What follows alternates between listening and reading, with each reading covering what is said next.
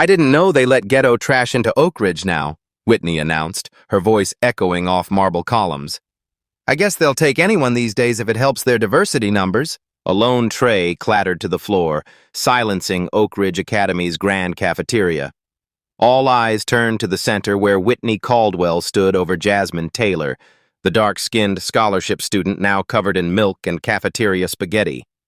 Whitney's designer shoes deliberately crushed Jasmine's scattered notes as cell phones rose in unison to capture the moment. Jasmine's fingers trembled, pasta sauce dripping down her face as she clutched her worn backpack where her third-degree black belt remained hidden.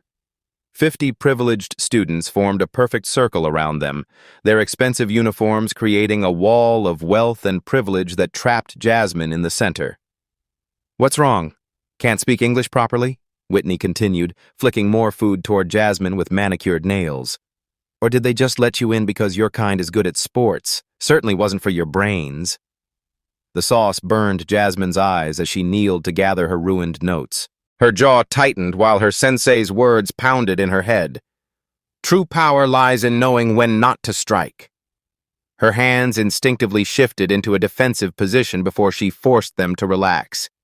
Whitney leaned down, her blonde hair swinging forward as she whispered, "People like you don't belong here.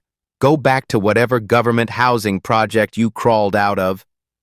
Cruel laughter erupted as Jasmine slowly stood, food dripping from her uniform. For just a moment, something dangerous flickered in her eyes, a glimpse of power so controlled that even Whitney took an unconscious step backward. 312 days, Jasmine thought, counting down to scholarship review. Just keep the scholarship. It's your only way out. The smell of expensive perfume mixed with tomato sauce and humiliation as Jasmine walked away, spine straight, steps measured, each footprint marked by sauce on the polished floor. The outline of her black belt pressed visibly against her backpack, a promise that this story was far from over. Jasmine unlocked the door to apartment 3B and stepped inside, the smell of lemon cleaner and herbal tea telling her Grandma Ruth was home between shifts. Their small two-bedroom apartment in South Side felt like another universe compared to Oak Ridge Academy's sprawling campus and manicured lawns. The living room doubled as Jasmine's bedroom at night, with a pull-out couch that left barely enough floor space for her morning stretches. "That you, baby?" Grandma Ruth called from the kitchen, her voice thick with exhaustion. Jasmine could hear the familiar squeak of her nurse's shoes against the linoleum. "Yeah, it's me," Jasmine answered, dropping her backpack by the door. She didn't mention the ruined notes or Whitney's words. Grandma worked double shifts at Memorial Hospital to pay for what the scholarship didn't cover. The last thing she needed was another worry. Grandma Ruth appeared in the doorway, still in her scrubs, gray hair pulled back in a tight bun.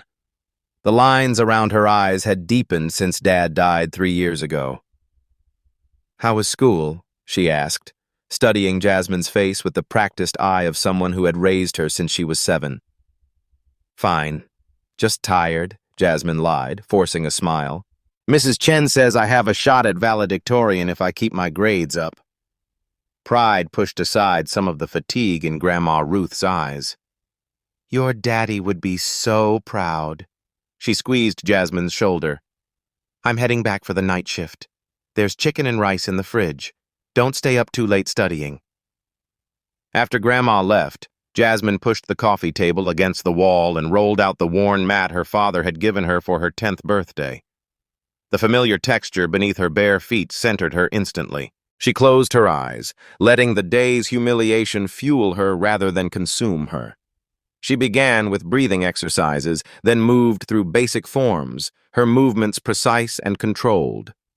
As she transitioned into more advanced techniques, her body flowed with a grace and power that would have stunned her classmates into silence. Each kick, each strike, each perfectly balanced stance told the story of thousands of hours of discipline and training. The memory of her father came unbidden, his gentle voice guiding her through her first poomsae forms at the community center after school. "Channel it, Jasmine," he'd said after she'd come home crying about the kids who mocked her second-hand clothes. "Turn pain into power." After he died, Sudden heart attack at 41, no insurance. Grandma Ruth had somehow found the money for Jasmine to continue training. "It keeps his spirit alive," she'd said, "and keeps that fire in you burning right." Now, in the cramped living room, Jasmine executed a perfect flying kick, her body suspended in air for a moment of pure freedom, before landing in perfect silence. At the community dojang, her sensei, Master Park, had recently told her she was ready for the national championship, a competition that could lead to college scholarships if she placed in the top 3. The thought of college, of escape, made her chest tighten with longing. But the registration fee alone was $2,000, money they simply didn't have. Her phone buzzed with a notification. Jasmine picked it up, her heart sinking as she saw a new social media post from Whitney, a surreptitiously taken photo of Jasmine gathering her ruined notes. The caption read, "Charity case having a bad day. Maybe she'll go back where she belongs. Scholarship, charity, diversity hire." The comments were already piling up, each one a fresh cut. Jasmine threw the phone on the couch and returned to her mat, channeling the anger into a sequence of movements so powerful, the neighbors downstairs would later swear they could feel the building shake. Morning came too quickly. Jasmine folded her mat away and transformed the living room back to its normal state before getting ready for another day at Oak Ridge. On the bus ride to school, she received an email that made her heart race. National Taekwondo Championship registration deadline, 2 weeks. Last year's second-place winner, we hope to see you compete again. Please confirm your entry and submit the $2,000 registration fee by the deadline. Jasmine stared at her phone, the amount glowing like an accusation. Grandma Ruth's words from last night echoed in her mind. "Your daddy would be so proud." She couldn't ask for money they didn't have. But without that championship, her chances of a full college scholarship would evaporate like morning dew under the harsh sun of reality.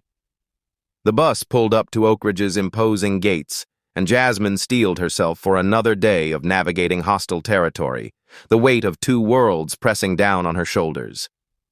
The next week at Oak Ridge unfolded like a carefully orchestrated campaign of isolation. Jasmine approached the chemistry study group that had formed in the library, textbook in hand. "Sorry, we're full," said Trevor, Whitney's boyfriend and the captain of the lacrosse team. The table had 3 empty chairs. "Mr. Phillips said we should work in groups of 5, and you only have—" "We said we're full," Whitney cut in, not bothering to look up from her phone. "Besides, we're discussing the charity showcase next month. My parents are the main sponsors, and the winner gets a $2,500 prize. Not that you'd have any talents worth showcasing." Jasmine's mind immediately calculated. $2,500.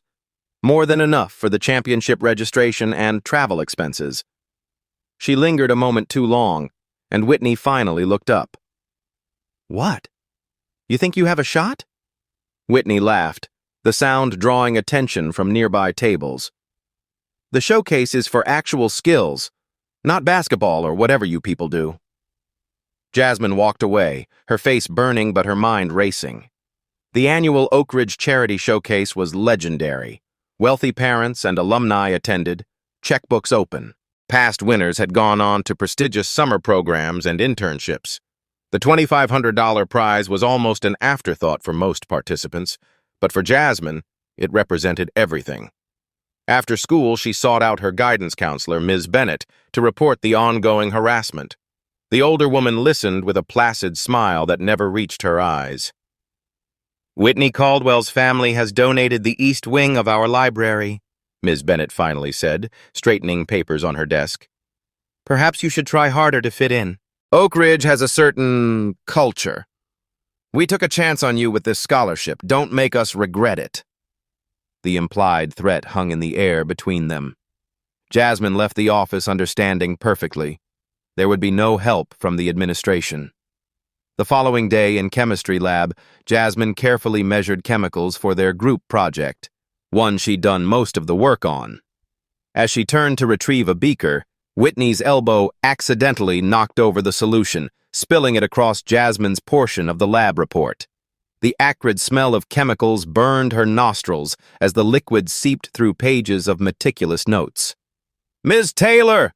Mr. Phillips barked from across the room. "Control your materials. That's a 0 for today's lab." "But she—" Jasmine began. "I saw what happened. One more word and it's detention. Some students," he said pointedly, "should be grateful for the opportunities they've been given." Whitney didn't bother hiding her smirk. The message was clear. The rules were different for Jasmine. That afternoon at the community center Dojang, Jasmine attacked the practice dummy with controlled fury, each strike precise but carrying the weight of her day. Master Park observed from the doorway, his weathered face giving nothing away. After she finished, sweat dampening her uniform, he approached. "Your technique is perfect," he said, "but your spirit is troubled. Remember, Taekwondo is not about revenge. It is about harmony between mind and body." "They're never going to accept me," Jasmine said, her voice barely above a whisper. "No matter how perfect my grades are, no matter how polite I am, they've already decided what I am." Master Park's eyes softened. "Then perhaps it is time to show them who you truly are. The championship is coming. You are ready." "The registration fee? There are always ways for those with determination," he said. "Trust your path." The next day, Jasmine stayed late at school to use the library. As she passed the empty gymnasium, she noticed the door was ajar. Inside, she heard the rhythmic sound of someone practicing alone. Curiosity drew her in. Ms. Powell, the PE teacher, was executing a series of basketball drills with machine-like precision. Jasmine watched from the doorway, impressed by the older woman's focus and skill. "You going to stand there all day or come in?" Ms. Powell called without breaking her routine. Embarrassed, Jasmine entered. "Sorry, I didn't mean to intrude." Ms. Powell sank one final basket before turning to face her. "You're the scholarship student, Taylor, right?" Jasmine nodded, preparing for the usual judgment. "I've seen you in gym class. You move differently than the others, like you've had training." For a moment, Jasmine considered denying it, keeping her secret safe. But something in Ms. Powell's direct gaze made her reconsider. "Taekwondo," she admitted. "I'm a third-degree black belt." Ms. Powell's eyebrows rose slightly. "Impressive. So why do you let Whitney Caldwell walk all over you?" The bluntness of the question caught Jasmine off guard. "My scholarship is based on academic merit, not how well you take abuse." Powell bounced the basketball thoughtfully. "You know, when I was playing in the WNBA, people told me I didn't belong there either. Too short, too loud, too black." She fixed Jasmine with a steady look. "You ever consider entering the showcase? That martial arts stuff would certainly stand out." The idea had been forming in Jasmine's mind since Whitney mentioned the prize, but hearing it suggested aloud made it suddenly real and terrifying. "They'd never let me win," Jasmine said quietly. "Maybe not, Ms." Powell agreed. "But sometimes, it's not about winning. It's about being seen." The conversation stayed with Jasmine as she walked home, the possibility taking root.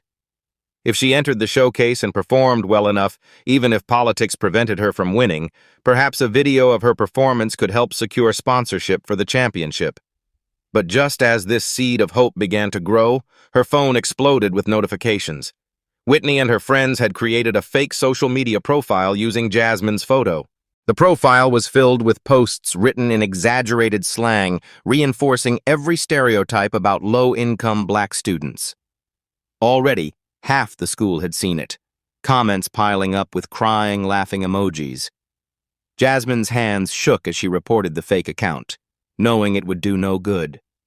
The damage was already done. For the first time since arriving at Oak Ridge, she let herself cry, not from sadness, but from pure incandescent rage. In that moment, her decision was made.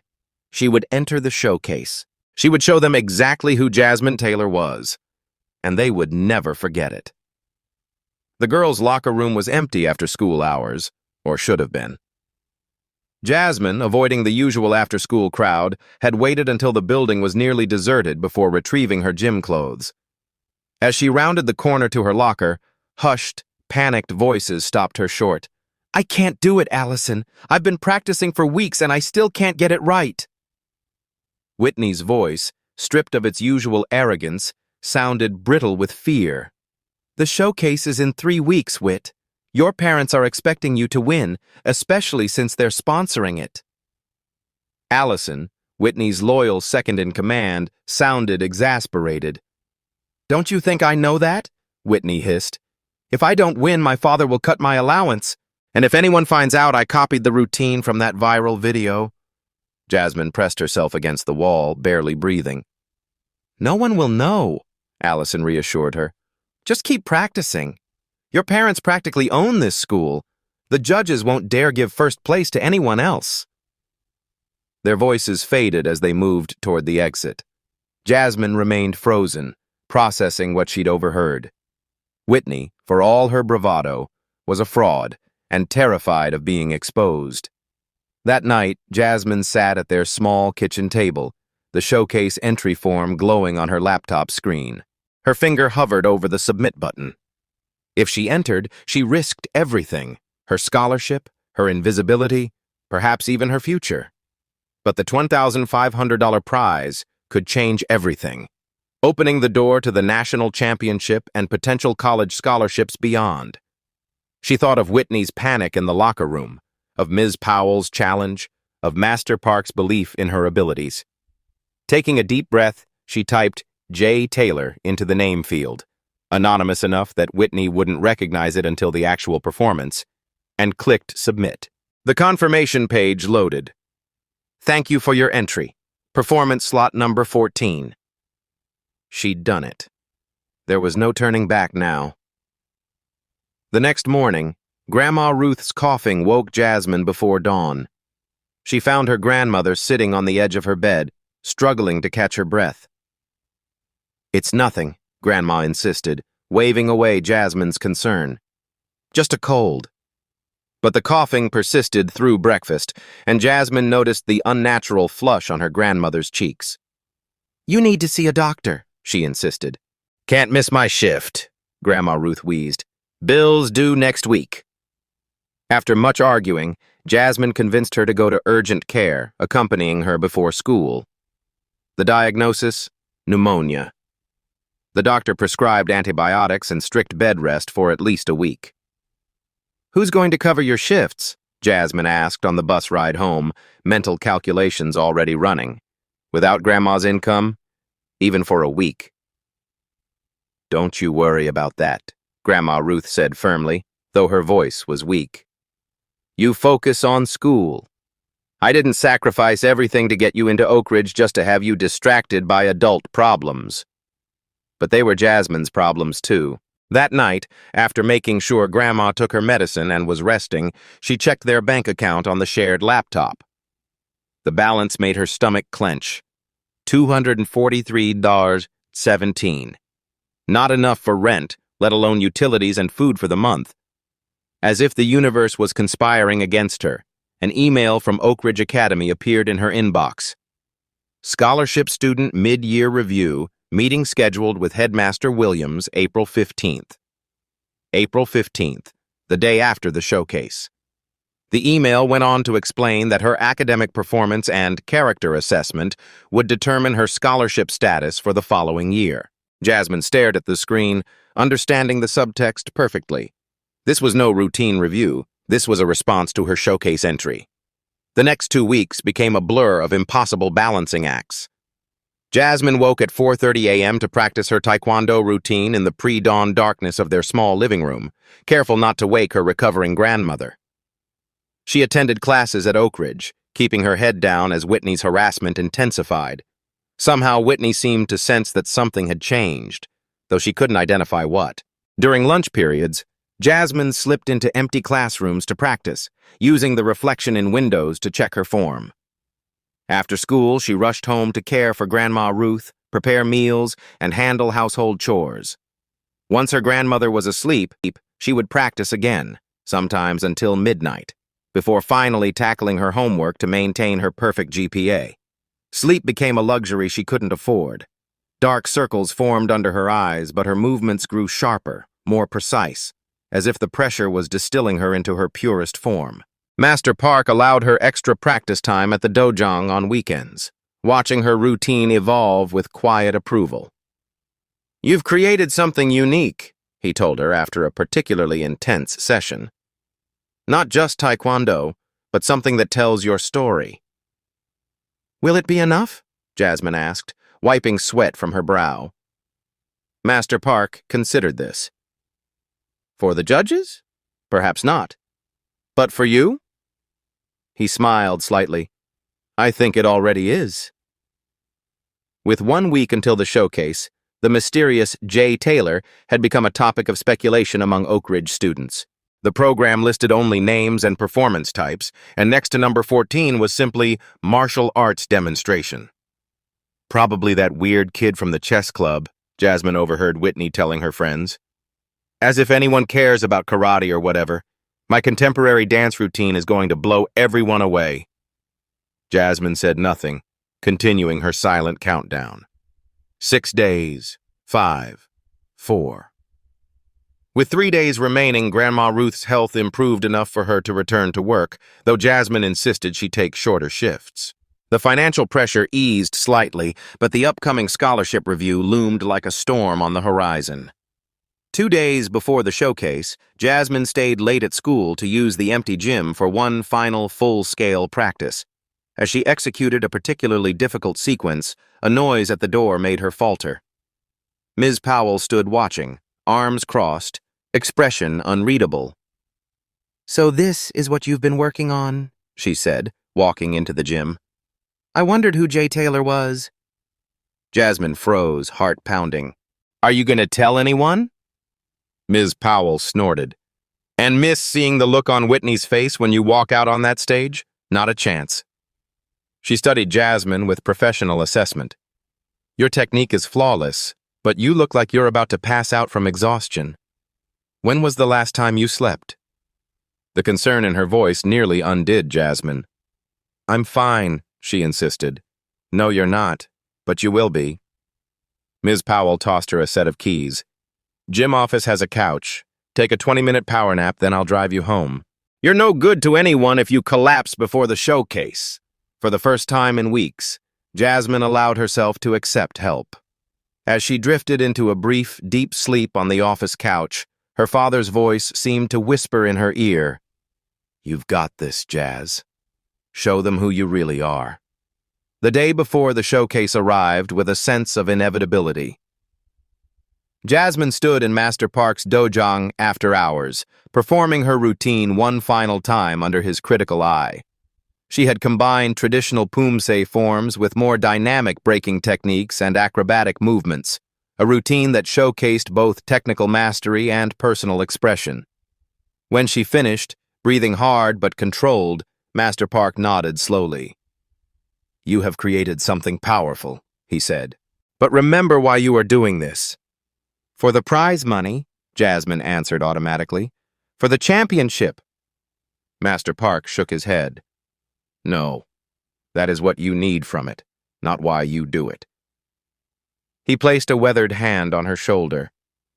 "Tomorrow, when you stand on that stage, forget the judges, forget Whitney Caldwell, forget even the money. Perform for your father's memory. Perform for yourself. That is the only way to find true victory." Jasmine bowed deeply. "Thank you, Master Park." "Your father would be proud," he added quietly.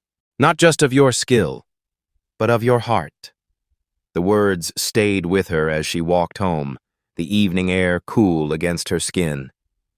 When she arrived at the apartment, she found Grandma Ruth sitting at the kitchen table, surrounded by unpaid bills and looking more defeated than Jasmine had ever seen her. "What's wrong?" Jasmine asked, dropping her gym bag. Grandma Ruth looked up, quickly trying to hide her distress. "Nothing for you to worry about, baby." "Grandma," Jasmine said firmly, sitting across from her, "I'm not a child anymore. Tell me, After a moment's hesitation, Grandma Ruth sighed. The hospital sent over my medical bills from last week. Insurance didn't cover all of it. She pushed a statement across the table. The amount due made Jasmine's stomach drop. $1,800. I can pick up extra shifts next month, Grandma continued, but the rent is due next week, and with the electric bill. The weight of adult responsibilities pressed down on Jasmine's shoulders. Even if she won the showcase, the prize money would barely cover their immediate needs, leaving nothing for the championship registration. For a moment, she considered withdrawing from the showcase altogether and looking for part-time work instead. I have something to tell you, Jasmine said slowly. I entered the Oak Ridge Charity Showcase tomorrow night. First prize is $2,500. Grandma Ruth's eyes widened. The taekwondo? In front of all those people? When Jasmine nodded, she asked, What about your scholarship?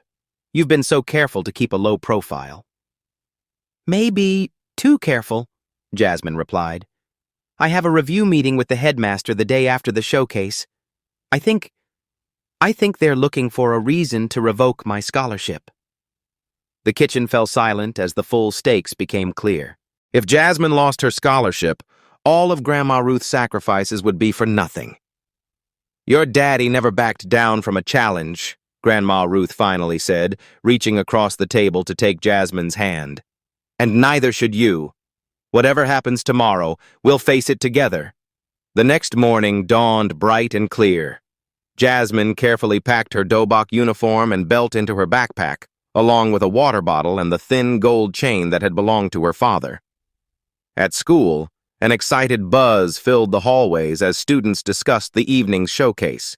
During lunch, Jasmine overheard Whitney in the cafeteria holding court with her usual entourage. I heard this Jay Taylor signed up last minute, Whitney was saying. Probably some desperate freshman trying to make a name for themselves. As if anyone could beat my routine. I've been working with a professional choreographer all semester. Jasmine kept her head down, focusing on her textbook instead of her untouched lunch. The nervous energy coursing through her body had eliminated her appetite. As she was leaving the cafeteria, Allison and two other girls from Whitney's circle deliberately bumped into her, causing Jasmine to stumble. Her backpack fell, spilling its contents across the floor. Oops, Allison said with false concern. So clumsy of me. Jasmine scrambled to gather her belongings as students walked past, some deliberately stepping on her papers. When she reached for her water bottle, she found it had opened, soaking part of her uniform. The white Dobok fabric now had a spreading stain. What's this? Allison asked, picking up Jasmine's belt before she could grab it. Some kind of costume? Are you in the showcase? Give it back, Jasmine said quietly, standing up. Something in her tone made Allison hesitate. She dropped the belt with a nervous laugh. Whatever. It's probably for some weird cultural thing. Jasmine checked her father's gold chain, thankfully still safe in an interior pocket, and assessed the damage to her uniform. The water stain was noticeable but would eventually dry. The real question was whether it would dry in time. During her free period, she slipped into the empty girl's bathroom and used the hand dryer to blow hot air on the damp fabric. The noise attracted unwanted attention when Ms. Bennett, the guidance counselor, entered. Miss Taylor? What exactly are you doing? Jasmine quickly stuffed the uniform back into her bag. Just drying something that got wet, ma'am. Ms. Bennett's eyes narrowed. I understand you've entered the showcase tonight. So they were monitoring her. Yes, ma'am. I hope you understand the sensitivity of your position here at Oak Ridge. The showcase is a tradition for our legacy families. It would be unfortunate if anything disrupted that tradition. The threat was thinly veiled, but Jasmine met her gaze steadily. I'm just there to perform, ma'am, like everyone else. After Ms. Bennett left, Jasmine leaned against the sink, doubt creeping in. Was she risking too much? The scholarship, their financial stability, her future, all for what? A moment of recognition? A chance to show her true self? As these thoughts swirled, her phone buzzed with a text from Ms. Powell. Gym office is empty, 7th period if you need a quiet place to focus. keys under the mat. The small act of support steadied her. During 7th period, Jasmine slipped into the gym office, locking the door behind her. She spread her uniform out to finish drying, then sat cross-legged on the floor, closing her eyes and focusing on her breathing. Her mind kept returning to the night before her first major tournament 3 years ago. Her father had sat beside her on their worn couch, sensing her nervousness. "Everyone feels fear, Jazz," he'd said. "The trick isn't getting rid of it. It's making it work for you instead of against you."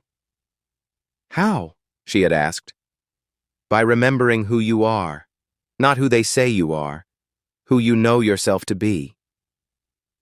As the final bell rang, signaling the end of classes, Jasmine opened her eyes. Her uniform was dry and her mind was clear. She carefully folded the dobok and belt, placing them back in her bag alongside her father's chain. Tonight, she would remember who she truly was. And so would everyone else. The Oak Ridge Academy Performing Arts Center gleamed under spotlights, a monument to privilege draped in the school's blue and gold colors. Luxury cars lined the circular drive as families arrived for the annual showcase, women in designer dresses and men in tailored suits creating a parade of wealth. Inside, the plush auditorium seats were filling with parents, alumni, and donors. The elite of the elite gathered to applaud their children's talents. Backstage, Jasmine slipped through the chaos of performers preparing, keeping to the shadows. She clutched her backpack tightly, the weight of her uniform and belt inside grounding her against the rising tide of nerves. Finding an empty dressing room, she quickly changed, the familiar ritual of donning her dobok centering her mind and spirit. As she tied her belt with practiced precision, she took her father's gold chain and wrapped it around her wrist, securing it tightly. It wasn't traditional, but tonight wasn't about tradition alone. It was about bringing her whole self to the stage, honoring both her training and her history. The muffled sounds of the audience settling in vibrated through the walls. A production assistant with a clipboard knocked on her door. 10 minutes to curtain. All performers to the green room, please." Jasmine nodded, taking one final look in the mirror. The person staring back seemed transformed, focused, powerful, unafraid. She made her way to the green room where other students gathered in cocktail dresses, formal wear, and performance costumes. Their chatter died down as she entered, the white uniform drawing every eye. Whitney stood at the center of the room in an elaborate dance costume, her face carefully made up to project confidence. But Jasmine could see the slight tremor in her hands, the tension around her eyes. When Whitney spotted Jasmine, confusion crossed her face, quickly replaced by dismissal. "Are you working the event or something?" Whitney asked, eyeing the uniform with disdain. Before Jasmine could respond, the stage manager entered. "Everyone, check the board for your performance order. Whitney Caldwell, you're up 6th. Jay Taylor, you're 14th. Whitney's head snapped toward Jasmine, realization dawning. "You're Jay Taylor? You entered the showcase?" Her incredulous laugh drew attention from others. "With what? Some kind of karate thing? This isn't a community center talent show." Jasmine met her gaze calmly. "It's taekwondo. And I guess we'll see what the judges think." Whitney's face hardened. "My parents are the main sponsors. The judges know what's expected." She turned away, gathering her friends around her like armor. The showcase began with a classical piano piece performed by a senior whose family had donated the music wing. Polite applause followed, setting the pattern for the early performances, technically proficient displays of privileged talents, violin solos, ballet routines, operatic vocals, each met with appropriate appreciation from the audience of parents and patrons. Jasmine watched from the wings, noting the predictable rhythm of the evening. These performances weren't bad, many represented years of expensive lessons and genuine effort, but they carried a certain sameness, lacking the hunger that drove her own practice. Whitney's turn came. She took the stage in a sparkle of expensive costume and professional lighting. Her contemporary dance routine was technically correct, clearly the work of a hired choreographer, but as Jasmine watched, She could see the viral video inspiration in every movement. Whitney's face remained frozen in concentration, her gestures precise but mechanical. When she finished, the audience erupted in enthusiastic applause, led by a distinguished-looking couple in the front row, Whitney's parents, their smiles tight with expectation. More performances followed. Jasmine's heart pounded harder with each passing act. When the stage manager finally signaled her, she closed her eyes briefly, remembering Master Park's words, "Perform for your father's memory. Perform for yourself." "And now," the announcer's voice boomed, "performing a taekwondo demonstration, please welcome Jay Taylor." A murmur of confusion rippled through the audience as Jasmine walked onto the stage, bare feet silent against the polished wood. The spotlights felt like fire on her skin, hundreds of eyes boring into her. She caught glimpses of Whitney and her friends in the wings, smirking in anticipation of failure. In the front row, Whitney's father leaned over to whisper something to the woman beside him, both frowning at the program. Jasmine took her position at center stage, closed her eyes, and bowed deeply. To the audience, to her father's memory, to herself. The sound system began playing the music she had selected, a haunting fusion of traditional Korean drumming and contemporary bass that vibrated through the floorboards and into her bones. She began with traditional poomsae forms, her movements crisp and precise, each stance a perfect demonstration of balance and control. The audience watched in confused silence at first, uncertain what to make of this unfamiliar art form. But as Jasmine moved deeper into her routine, the physical poetry of her discipline began to register. The whispers faded, the shuffling stopped. Transitioning from traditional forms, she incorporated dynamic breaking techniques, her foot slicing through boards held by suddenly appearing assistants, students from Master Park's dojang who had agreed to help. Each powerful break was punctuated by the sharp crack of splintering wood, making several audience members jump in their seats. The contrast between her controlled grace and explosive power created a mesmerizing rhythm. The routine built in intensity as Jasmine incorporated acrobatic elements, aerial kicks and spins that seemed to defy gravity.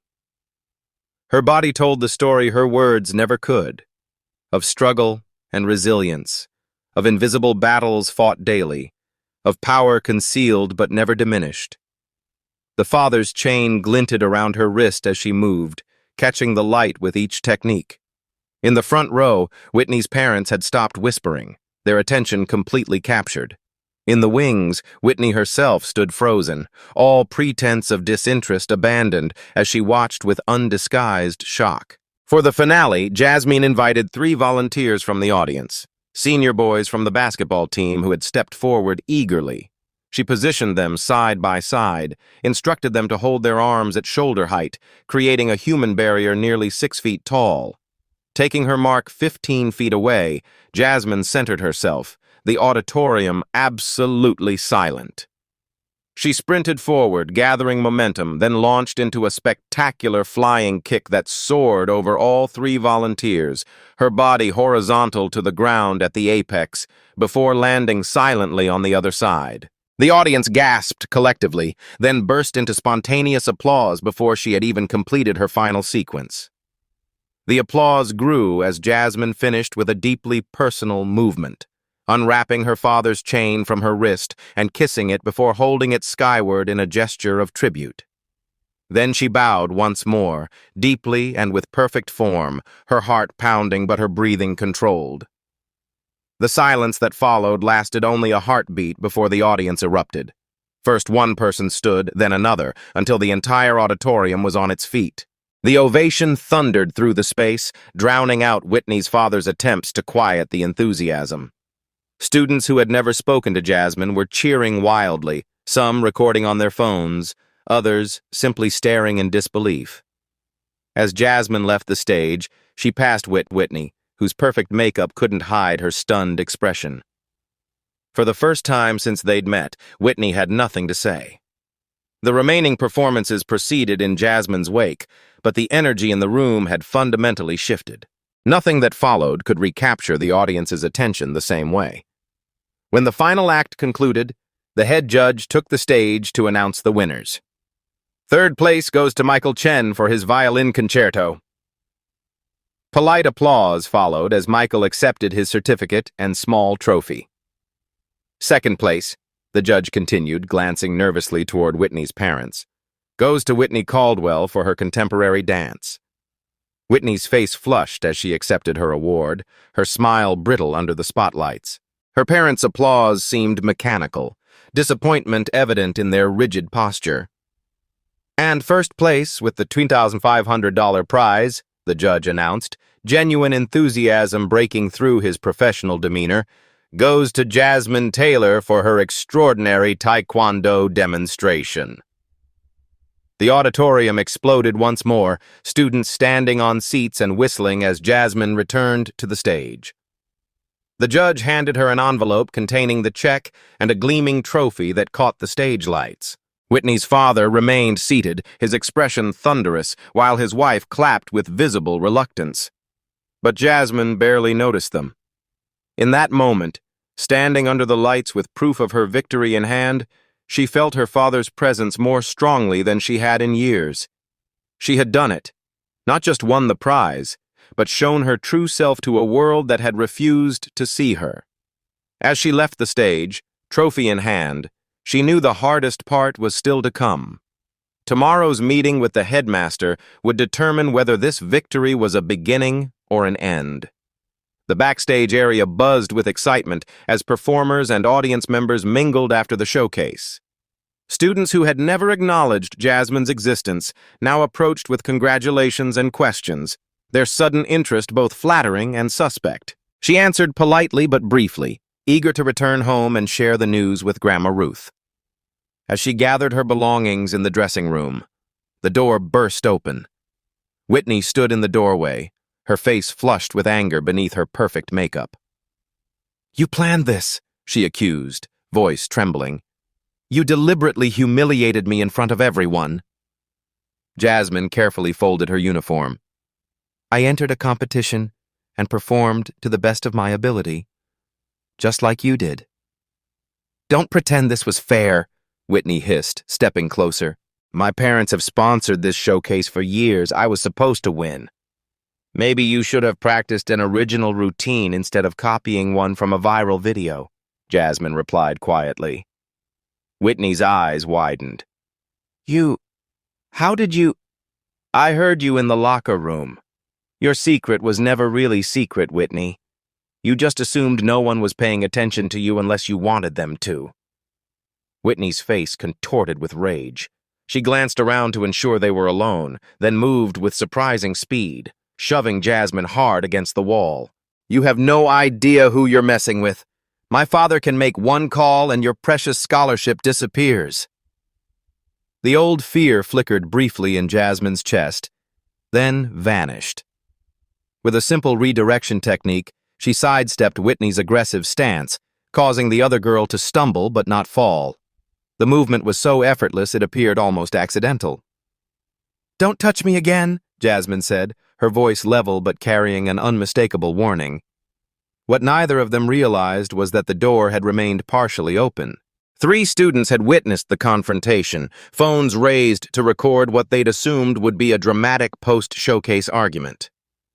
Within minutes, the video of Whitney's threat and Jasmine's controlled response was circulating on school social media channels, accompanied by comments ranging from shocked to supportive. By the time Jasmine arrived home, clutching her trophy and prize check, the video had been viewed by half the student body. Grandma Ruth was waiting up despite the late hour, and her eyes filled with tears of pride as Jasmine recounted the evening.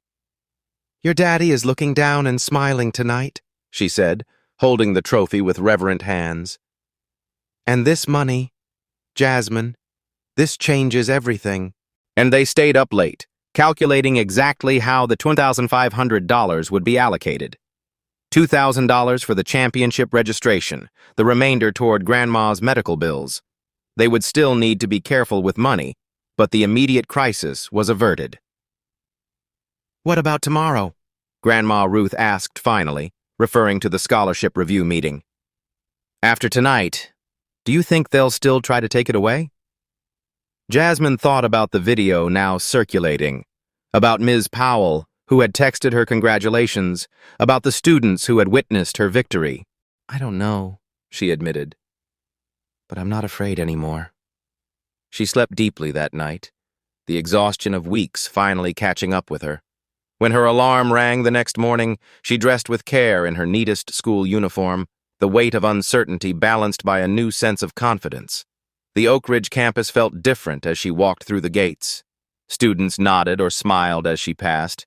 Some even called her by name. The video had continued spreading overnight, with new comments from alumni and parents questioning Whitney's behavior and praising Jasmine's restraint. Outside Headmaster Williams' office, Ms. Powell was waiting. Quite a night, the PE teacher said with a small smile. For what it's worth, I made sure Williams saw the video before your meeting. Before Jasmine could respond, the office door opened, and the headmaster beckoned her inside. To her surprise, Ms. Bennett was also present, looking distinctly uncomfortable. Ms. Taylor, Headmaster Williams began, his expression unreadable. Your scholarship review was scheduled some time ago as a routine matter, but recent events have added some complexity to our discussion. Jasmine sat perfectly straight, channeling the same focus she brought to her taekwondo practice. Yes, sir. Your academic record is exemplary, he continued, reviewing a file on his desk. Top of your class in mathematics and science, excellent grades across all subjects.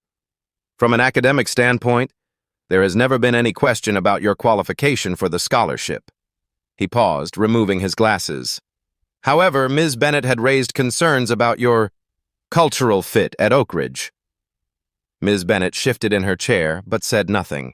I believe, the headmaster continued, those concerns have been thoroughly addressed by your performance last night, which demonstrated exceptional discipline and talent. Moreover, certain videos brought to my attention this morning raise serious questions about the treatment you've received from some of our legacy students. He replaced his glasses, his tone becoming more formal. Oak Ridge Academy was founded on principles of excellence and character. While we value our traditional community, we cannot condone behavior that undermines those principles, regardless of a family's donation history. Jasmine realized with a jolt what was happening. This wasn't about revoking her scholarship at all. Your scholarship will continue, Ms. Taylor, Headmaster Williams confirmed. Additionally, the board has asked me to review our harassment policies and implementation. Ms. Bennett will be heading that initiative. He gave the guidance counselor a pointed look that suggested this was not a request. Thank you, sir, Jasmine said, relief washing through her. As she left the office, she found a small crowd of students waiting, including several who had witnessed her showcase performance. Among them was Trevor, Whitney's boyfriend and the captain of the lacrosse team. That was incredible last night, he said, genuine admiration in his voice. Some of us were wondering if you'd consider teaching a few basic moves, like a club or something. The request was so unexpected that Jasmine laughed. You want to learn taekwondo? From me? Why not? A girl she recognized from chemistry class chimed in. You're obviously amazing at it. Later that day, Jasmine received an email from the Oak Ridge administration approving the formation of a martial arts club with Ms. Powell as faculty sponsor and Jasmine as student leader. Another email arrived from the national championship organizers, confirming her registration and participant number. Whitney was noticeably absent from school that day, but the following week she returned, subdued and avoiding Jasmine's path. Her parents' influence ensured there were no official consequences for her behavior, but the social dynamic had shifted irrevocably. The video had exposed not just her actions, but the system that had protected her for so long. One afternoon, several weeks later, Whitney approached Jasmine alone in the library. My parents are making me apologize, she said stiffly. They're worried about their reputation. Is that all you're worried about? Jasmine asked. Whitney hesitated, something vulnerable flickering across her face. They've never seen me fail before. Now it's all they see when they look at me. Despite everything, Jasmine felt a twinge of empathy. Living under impossible expectations was something she understood all too well. Maybe it's not about failing or succeeding, she suggested. Maybe it's about being real. Whitney didn't respond, but as she walked away, her shoulders seemed less rigid than before. The national championship arrived in early summer. Jasmine didn't win. She placed third, earning a smaller scholarship that would supplement her academic ones for college. But standing on the podium, seeing Grandma Ruth cheering in the audience alongside Ms. Powell and several Oak Ridge classmates who had made the trip to support her, she felt something more valuable than victory. When school resumed in the fall, Jasmine found herself no longer invisible. The martial arts club had grown to 20 members, including students from all social circles. The administration had implemented new anti-harassment policies with actual consequences, and while the change wasn't perfect, it was progress. On a crisp October evening, Jasmine stood in Master Park's dojang, guiding a group of younger children through basic forms. Among them was a shy 7-year-old girl whose mother couldn't afford regular lessons.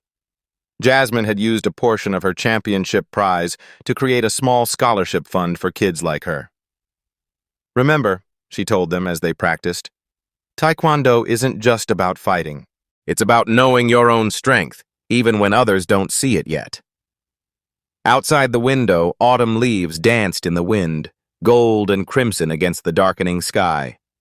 Jasmine watched her young students' determined faces and felt the circle complete itself, from her father's guidance to her own journey, to these children just beginning to discover their power. Some walls weren't meant to be accepted. They were meant to be transformed, not by force but by the quiet, persistent courage to show the world your true self again and again, until it finally sees you. Subscribe to the Beat Stories channel right now for weekly tales of underdogs who transform adversity into triumph. Each story carefully crafted to deliver that perfect emotional journey from outrage to satisfaction. Hit that like button if you felt Jasmine's victory in your soul, and share this video with someone who needs to be reminded of their own hidden power. The Beat Stories community is growing stronger with every story we tell. Don't miss being part of this movement.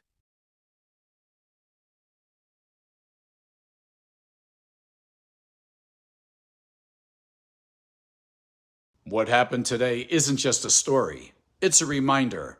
Silence protects systems, but courage rewrites them. At Beat Stories, we don't just watch change, we document it. Subscribe for more real stories that challenge power and amplify truth.